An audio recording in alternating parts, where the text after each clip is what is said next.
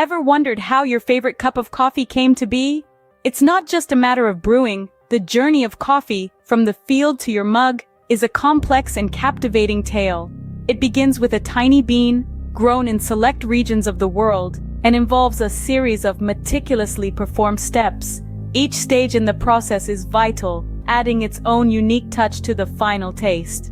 So, ready to explore how a coffee bean transforms into your morning elixir? Let's dive into the fascinating journey from bean to cup. It all begins with a small seed, planted in the fertile soils of a coffee farm. This seed, a hopeful promise of future cups of coffee, is nestled gently into the earth. The conditions for this growth are specific, exacting. The seed needs a combination of warmth, moisture, and shade to germinate and grow. It's not a process that can be rushed. It takes patience, time, and care. The tiny seedling needs at least 3 to 4 years of growth to mature into a coffee plant. The perfect environment for this growth can be found in the coffee belt. This region, a band that encircles the globe along the equator, offers the ideal conditions for coffee cultivation. It's here, under the tropical sun, that the coffee plants grow, their leaves reaching towards the sky, their roots digging deep into the rich, moist soil. After several years of careful nurturing, these plants are ready to bear fruit. When the coffee cherries turn a vibrant red, it's a signal. Harvest time has arrived. This is the crucial period when the fruit of the coffee tree is ready to be collected. The harvesting process can happen in 2 ways, by hand or using machines. Picking by hand is labor-intensive, but it allows for the selection of only the ripest cherries, ensuring the highest quality.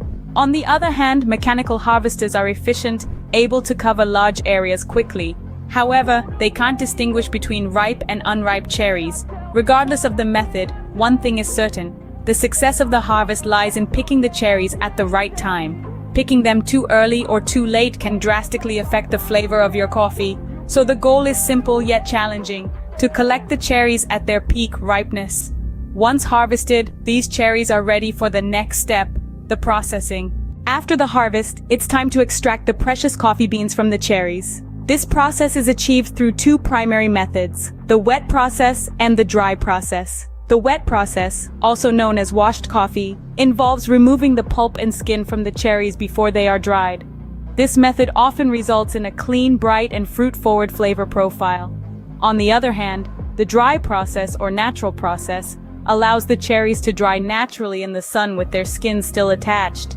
This method typically imparts a sweet, full-bodied, and complex flavor to the coffee. Once the beans are extracted, the drying process begins. This includes spreading the beans out in a thin layer to dry under the sun, or using machine dryers for a more controlled environment.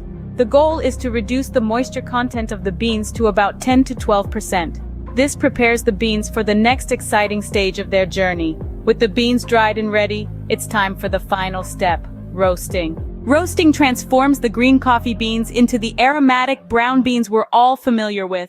The magic of roasting begins with heat. As the beans warm, they shed their green skin and adopt a brown hue, releasing a heavenly aroma. This is the moment when the hidden flavors within the coffee beans are drawn out. Like a master conductor guiding an orchestra, the roaster guides the beans through this transformation, ensuring they reach their full flavor potential. The process is a delicate balancing act, as the taste of your coffee is significantly influenced by the roasting level.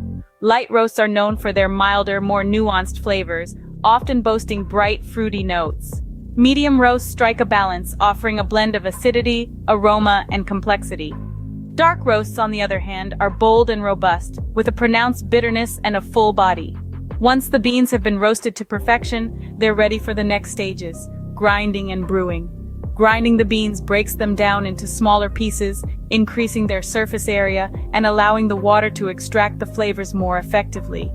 Brewing then takes over, transforming the ground beans into the liquid gold we all love, coffee. And there you have it, the captivating journey of a coffee bean, from a humble seed to your favorite cup of joe.